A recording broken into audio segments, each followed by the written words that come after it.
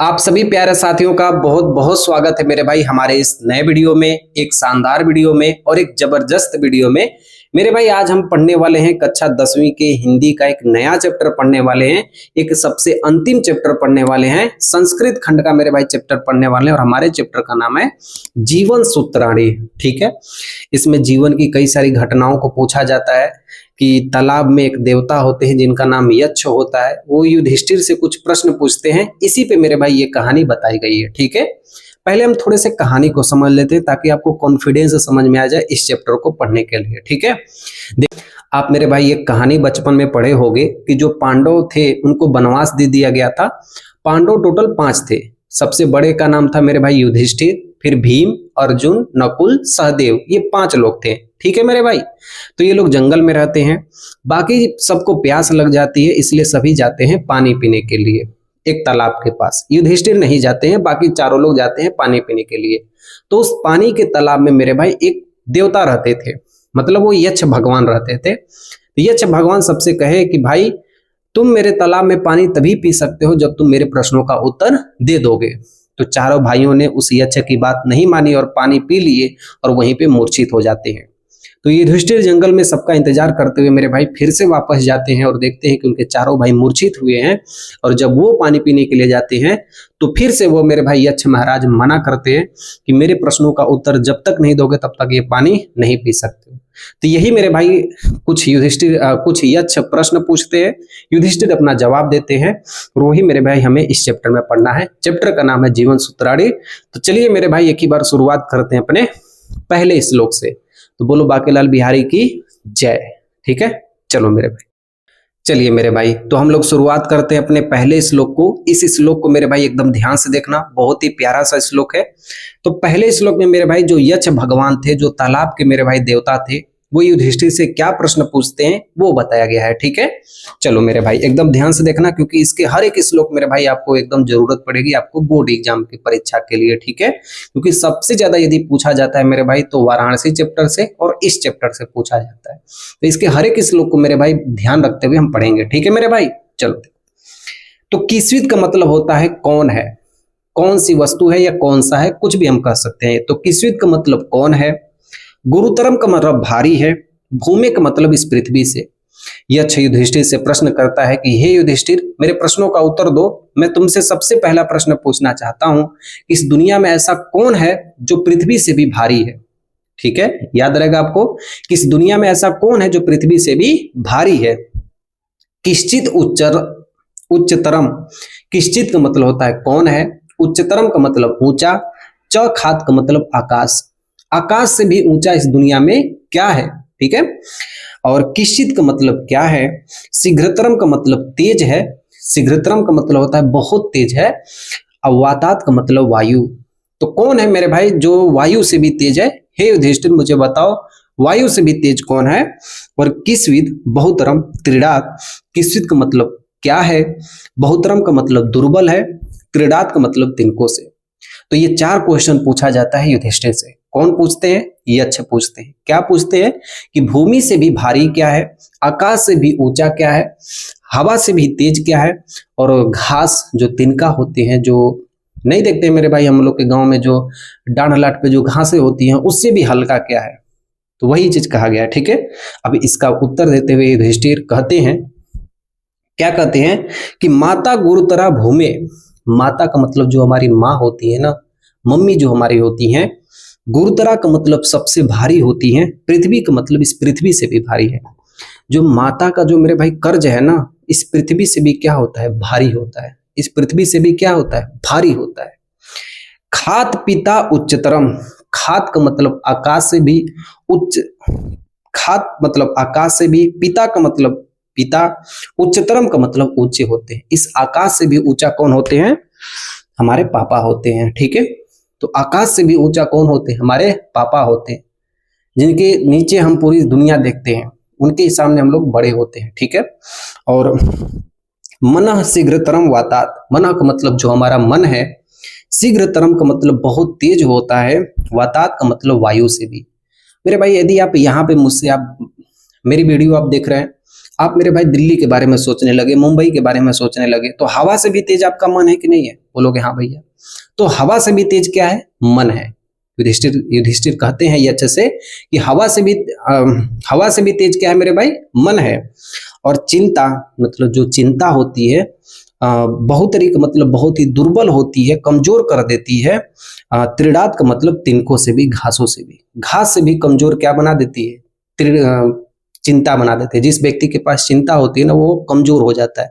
तो घास से भी ज्यादा, तिनका से भी ज्यादा कमजोर क्या होता है मेरे भाई? घास होते हैं। ठीक है, समझ में आ रहा है कि नहीं आ रहा है मेरे भाई?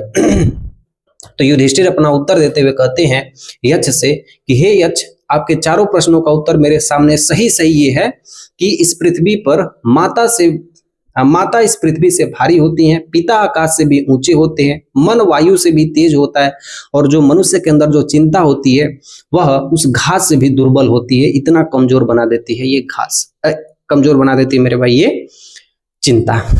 ठीक है, समझ में आ रहा है कि नहीं मेरे भाई? यदि आपको मेरे भाई ऐसा आपको समझ में आ रहा है तो मेरे भाई जरूर आप मेरे भाई वीडियो को लाइक करना और उसे सब्सक्राइब करना, और अपने एक फ्रेंड को मेरे भाई जरूर आप ये वीडियो भेजना, ताकि वो भी सीखे, वो भी समझे, और वो भी ऐसे चैप्टर्स को मेरे भाई एकदम कायदे से पढ़े। ठीक है मेरे भाई, समझ में आ रहा है ना? तो चलिए मेरे भाई दूसरे हम लोग इस श्लोक की ओर चलते हैं। ठीक है, देखिए तीसरे श्लोक में मेरे भाई दिया है कि मनः मतलब जो मन होते हैं। इस बार देखो, अब कौन पूछेगा प्रश्न? अब यक्ष पूछता है युधिष्ठिर से। क्या पूछता है कि मनः, कहाँ गया तीसरा? हाँ, तीसरा ये मेरे भाई किस्विद का मतलब कौन है? प्रवसतों का मतलब परदेश में रहने वाले का। किस्विद का मतलब कौन है? प्रवसतों का मतलब परदेश में रहने वाला। मित्र का मतलब मित्र, कि वह व्यक्ति जो परदेश में रहता है, जो बाहर कमाने के लिए जाता है, उसका मित्र कौन होता है?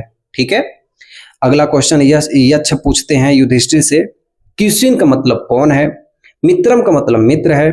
गृहे सतः का मतलब घर में रहने वाला। तो तुम्हारे घर में रहने वाला तुम्हारा कौन सबसे अच्छा मित्र है? तुम्हारे घर के अंदर तुम्हारे रहने वाला कौन सबसे अच्छा मित्र है? ठीक है, आप जानते हो मेरे भाई, तो आप बता दिया करो। ठीक है, आतुरस्य का मतलब जो व्यक्ति बीमार है। आतुरस्य का मतलब रोगी, यानी जो व्यक्ति बीमार है। च की मित्रम, उसका मित्र कौन है? और किस्विन मित्रम मरिष्यति, किस्विन का मतलब कौन है? मित्रम का मतलब उसका मित्र है। मरिष्यता का मतलब मरने वाले व्यक्ति का। तो फिर से ये अच्छा 4 क्वेश्चन पूछता है, 4 प्रश्न पूछता है युधिष्ठिर से। कौन कौन से प्रश्न हैं? ध्यान से सुनना मेरे भाई, कि यदि आप परदेश में जा रहे हो कमाने के लिए, अपने घर को छोड़ के जब आप बाहर जा रहे हो कमाने के लिए, तो तुम्हारे पास सच्चा मित्र कौन है? यदि तुम घर आ रहे हो, तुम अपने घर में चुपचाप बैठे हुए हो, तो तुम्हारे मित्र का सबसे अच्छा मित्र कौन है? और यदि तुम बीमार हो गए तो तुम्हारा सबसे अच्छा मित्र कौन है?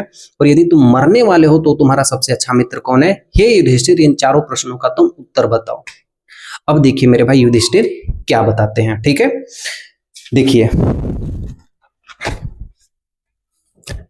दिया है मेरे भाई, अगले श्लोक की ओर चलते हैं। और देखिए दिया है, क्या कहते हैं युधिष्ठिर यक्ष से कहते हैं अपने उत्तर को बताते हुए कि साथ चलने वाला, प्रवसतों का मतलब परदेश में, मित्रम का मतलब मित्र होता है। यदि आप मेरे भाई कभी बाहर जाएंगे कमाने के लिए ना, तो जो आपके साथ में निकला हुआ होता है, आपके जो घर से जब आप बैग पैक करेंगे ना, तो आपके साथ में जो बैग पैक करेंगे, जो आपके साथ में चलेगा ना, जो आपके साथ जाएगा बाहर ना, वही आपका सबसे अच्छा मित्र होता है।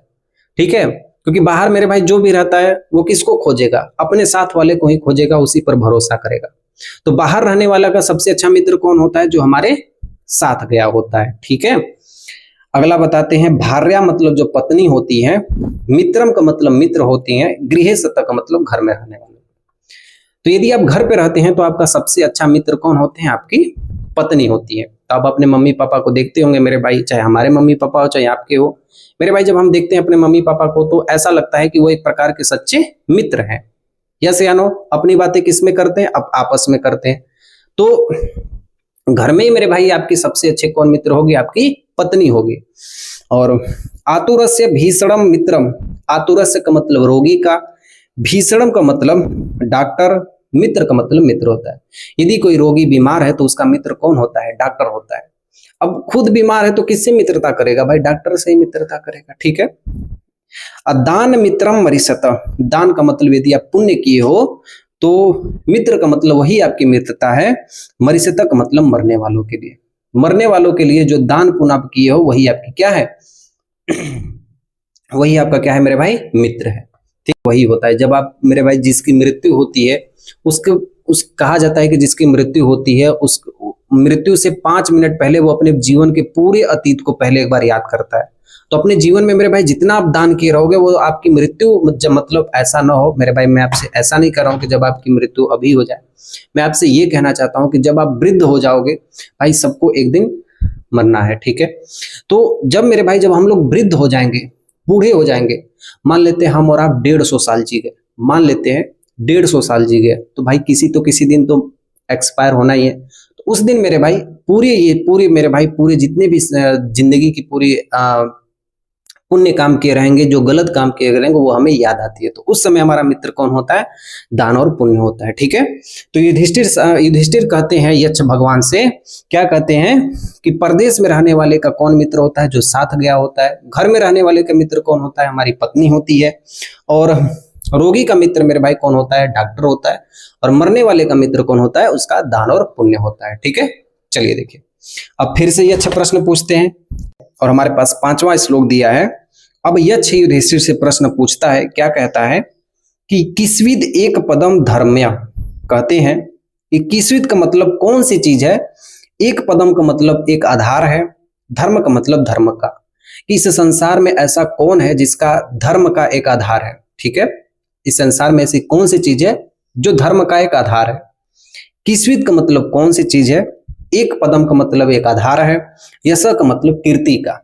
इस संसार में ऐसा कौन सा चीज है जो कीर्ति का आधार है। कीर्ति का मतलब होता है मेरे भाई, जैसे आप कह सकते हो कि आपके बारे में लोग जाने, वही कहलाता है कीर्ति। तो इस संसार में ऐसा कौन है जो कीर्ति का आधार है। ठीक है, बेस पॉइंट कौन है। और किस्विद एक पदम स्वर्ग, किस्विद का मतलब कौन सी चीज है, एक पदम का मतलब आधार है, स्वर्ग का मतलब स्वर्ग जाने का। तो इस संसार में ऐसा कौन सा चीज है जो स्वर्ग जाने का आधार है। और फिर पूछते हैं यक्ष भगवान कि किस्विद का मतलब कौन सी चीज है, एक पदम का मतलब आधार है, सुखम का मतलब सुख का। तो इस संसार में सुख का आधार क्या है। तो 4 क्वेश्चन पूछते हैं, चारों क्वेश्चन को एकदम ध्यान से सुनिए।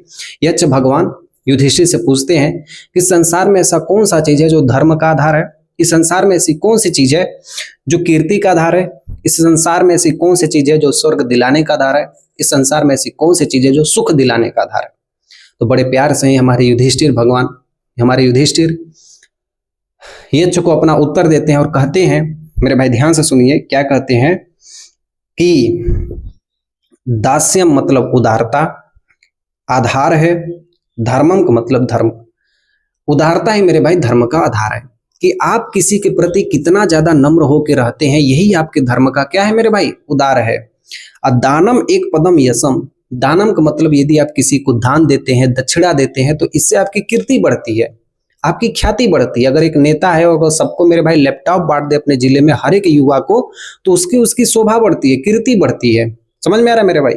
तो दान से मेरे भाई क्या होता है, कीर्ति का आधार मेरे भाई क्या है, दान है। ठीक है, और सत्यम एक पदम स्वर्गम, तो सत्य मेरे भाई, यदि आप सत्य बोलते हो तो ये स्वर्ग का मेरे भाई आधार है, हमेशा मेरे भाई याद रखना। और सीलम, सीलम का मतलब होता है मेरे भाई, यदि आपके पास अच्छा चरित्र है तो एक पदम का मतलब ये आधार बन जाता है, किसका, सुख का आधार बन जाता है। तो सुख का आधार मेरे भाई क्या है, अच्छा चरित्र आपका है। ठीक है, चीजों को एक बार फिर से देखना। तो हमारे युधिष्ठिर कहते हैं यक्ष भगवान से, क्या कहते हैं कि उदारता ही धर्म का आधार है, और कीर्ति ही दान का आधार है, और सत्य ही स्वर्ग का आधार है, और अच्छा चरित्र ही सुख का आधार है। ये 4 प्रश्न युधिष्ठिर यक्ष से कहते हैं। तो अब इस बात को ये भी क्वेश्चन बता देते हैं।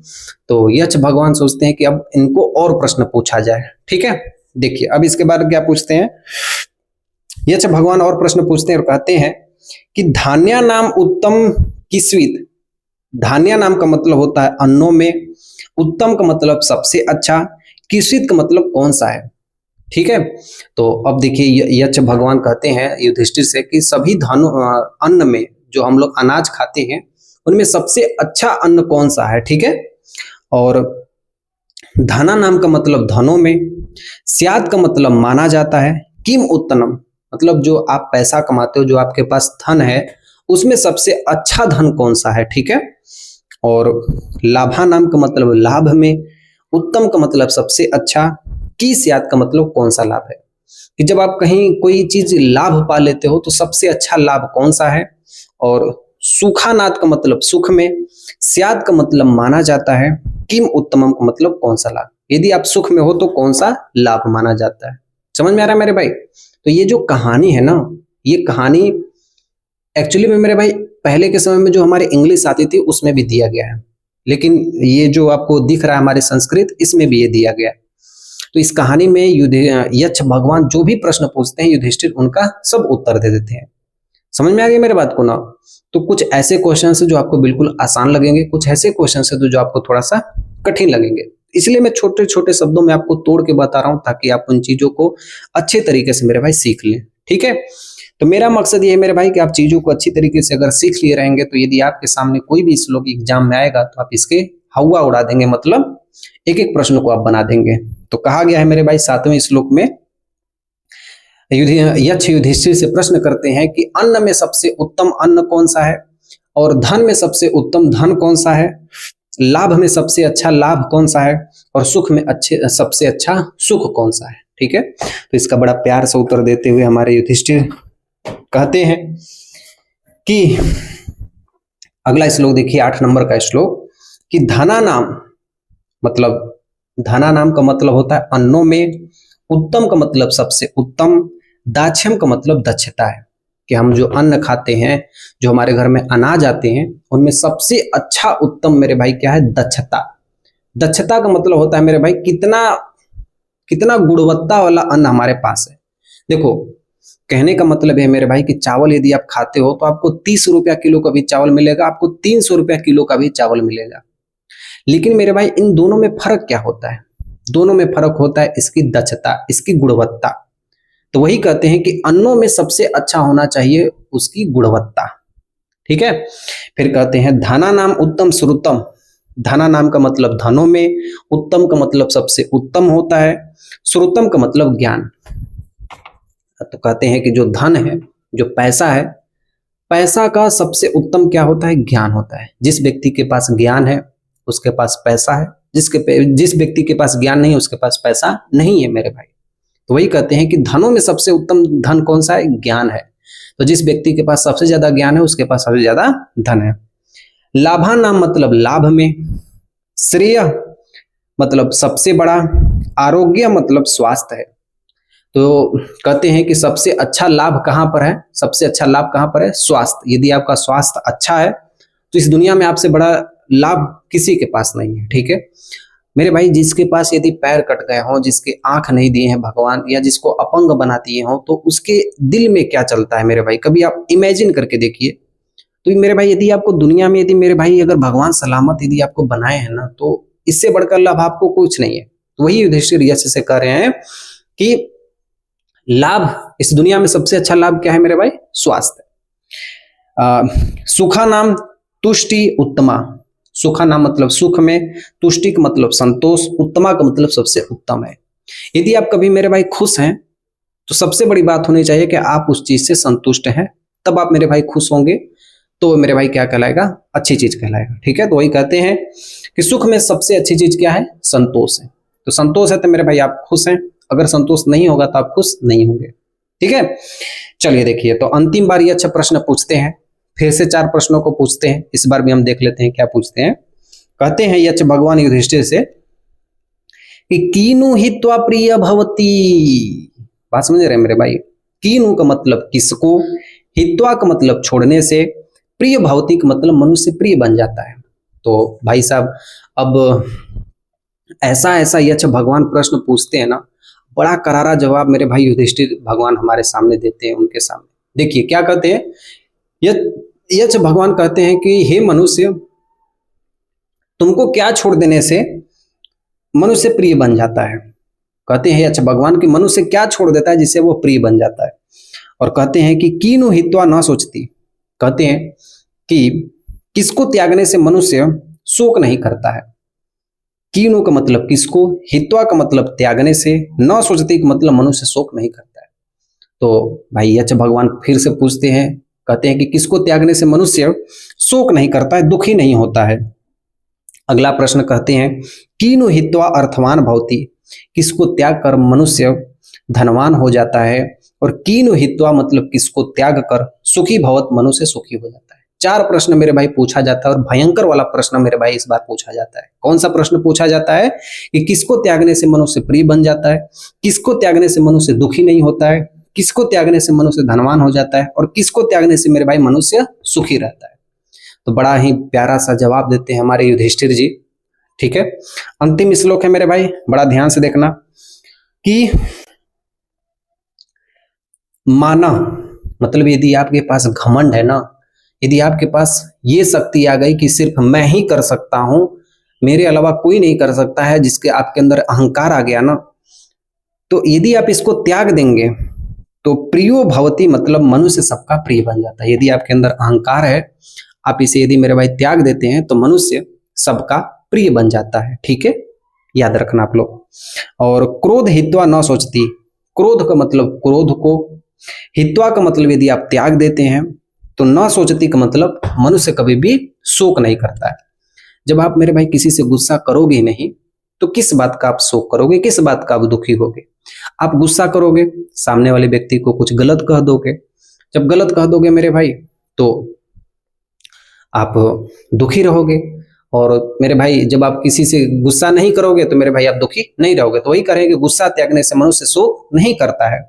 और कामम हित्वार्थनम भवति, कामम का मतलब इच्छा, जो आपकी इच्छा है ना कि मेरे पास बुलेट हो जाए, मेरे पास अपाची गाड़ी हो जाए, मैं रोज बुलेट से स्कूल जाऊं, और मेरे पास अच्छे अच्छे कपड़े हो, मेरे पास अच्छी अच्छी मोबाइल हो, मेरे पास मेरे भाई मतलब जो हर एक स्टूडेंट चाहता है मेरे भाई, तो जिसके पास मेरे भाई यदि इच्छा होती है ना, यदि वो त्याग दे मनुष्य ना, तो धन हित्वार्थ नाम मतलब मनुष्य अपने को त्याग दे मेरे भाई, इच्छा को यदि त्याग दे तो वह धनवान हो जाता है। ठीक है, लोभम हित्वा सुखी भवेत, यदि आप लोभ को त्याग देते हैं तो वह व्यक्ति सुख हो जाता है। ठीक है, लोभ मतलब जो लालच होते हैं, तो यदि आप किसी चीज की लालच यदि बहुत ज्यादा करेंगे तो मेरे भाई यदि आप उसको छोड़ देते हैं तो आप क्या हो जाएंगे, सुखी हो जाएंगे।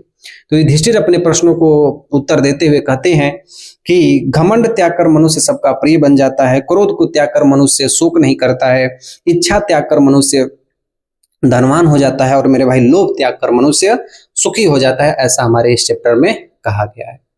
ठीक है, तो 10 श्लोक थे। 10 श्लोक को मेरे भाई बार बार आप इसे देखना, बार बार रिवाइज करना, बार बार इसे पढ़ना।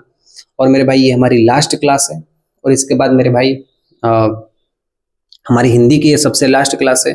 तो आप सभी को मेरे भाई दिल से आप सभी को दिल से शुक्रिया जो आप लोग यहाँ तक मेरे भाई मुझसे जुड़े।